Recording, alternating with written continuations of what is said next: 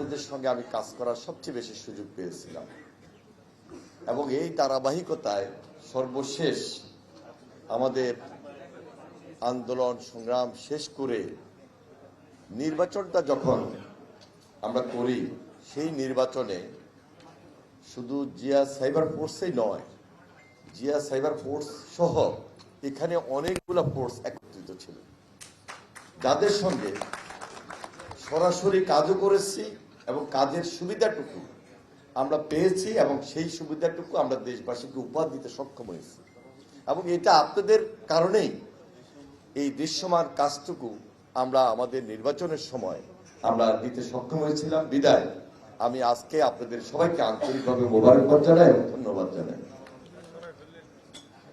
আমাদের এই কাজ করতে গিয়ে অনেক কঠিন চ্যালেঞ্জ আপনাদেরকে মোকাবেলা করতে হয়েছে। আমাদের এখানে অনেক পরিবার রয়েছেন, যে পরিবারগুলো সবচেয়ে বেশি ভিকটিম ছিলেন, ক্ষতিগ্রস্ত ছিলেন। আমরা তাদেরকে ভুলে যাই নাই এবং তাদেরকে ভুলে যাওয়ার মতো কোনো অবস্থা আমাদের মধ্যে যেন তৈরি না হয় সেজন্য আমরা বিশেষ দৃষ্টিতে রাখার চেষ্টা করবো। এটা আমাদের দায়িত্ব থেকে এই কথাগুলো আমরা স্মরণে রাখি। পাশাপাশি সামনে এই যে সামনের দিনগুলো আমাদেরকে কিন্তু আরো অনেক কাজ করতে হবে। এই বছর কিন্তু এই নির্বাচনের টাইমটা আমরা পার হয়েছি এবং পার করার সময় ওই কঠিন চ্যালেঞ্জগুলো আমাদেরকে মোকাবেলা করতে হয়েছে। তাহলে আপনাকে বুঝতে হবে আগামী 5 বছর টার্গেট করে যখন আমরা কাজ করব সেই চ্যালেঞ্জটা কিন্তু আরো কঠিন হবে এবং এই কঠিন চ্যালেঞ্জটুকু কিন্তু বট বাহিনীর বিরুদ্ধে আমাদেরকে আপনাদেরকে করতে হবে ঐক্যবদ্ধভাবে।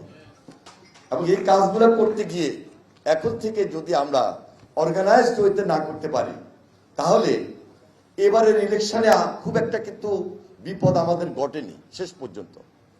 আমরা যদি অর্গানাইজড হইতে কাজটা না করি আগামী নির্বাচনে হয়তোবা কোনো কারণে যদি ক্ষতির সম্মুখীন হয়ে যায় বিপদ হয়ে যাবে। সুতরাং সবাই আমরা সতর্ক থাকব। আমরা হয়তোবা কেউ রাষ্ট্রের দায়িত্ব থেকে কথা বলছি, কিন্তু আমাদেরকে সম্পূর্ণভাবে রাষ্ট্রের দায়িত্বের পাশাপাশি দলীয় দায়িত্ব এবং দেশের কাছে ঐক্যবদ্ধভাবে এই চ্যালেঞ্জ মোকাবেলা করার জন্য অর্গানাইজড হইতে আপনাদের আন্তরিকতা এবং সহযোগিতার মধ্য দিয়ে আগামীর পথটাকে চালিয়ে যেতে হবে। আপনারা সেই কাজে আমাদেরকে সর্বাত্মক সহযোগিতা করেছেন এবং করবেন এই আশাবাদ ব্যক্ত করে আমি আমার বক্তব্য শেষ করছি। খোদা হাফেজ। বাংলাদেশ জিন্দাবাদ। আসসালামু আলাইকুম।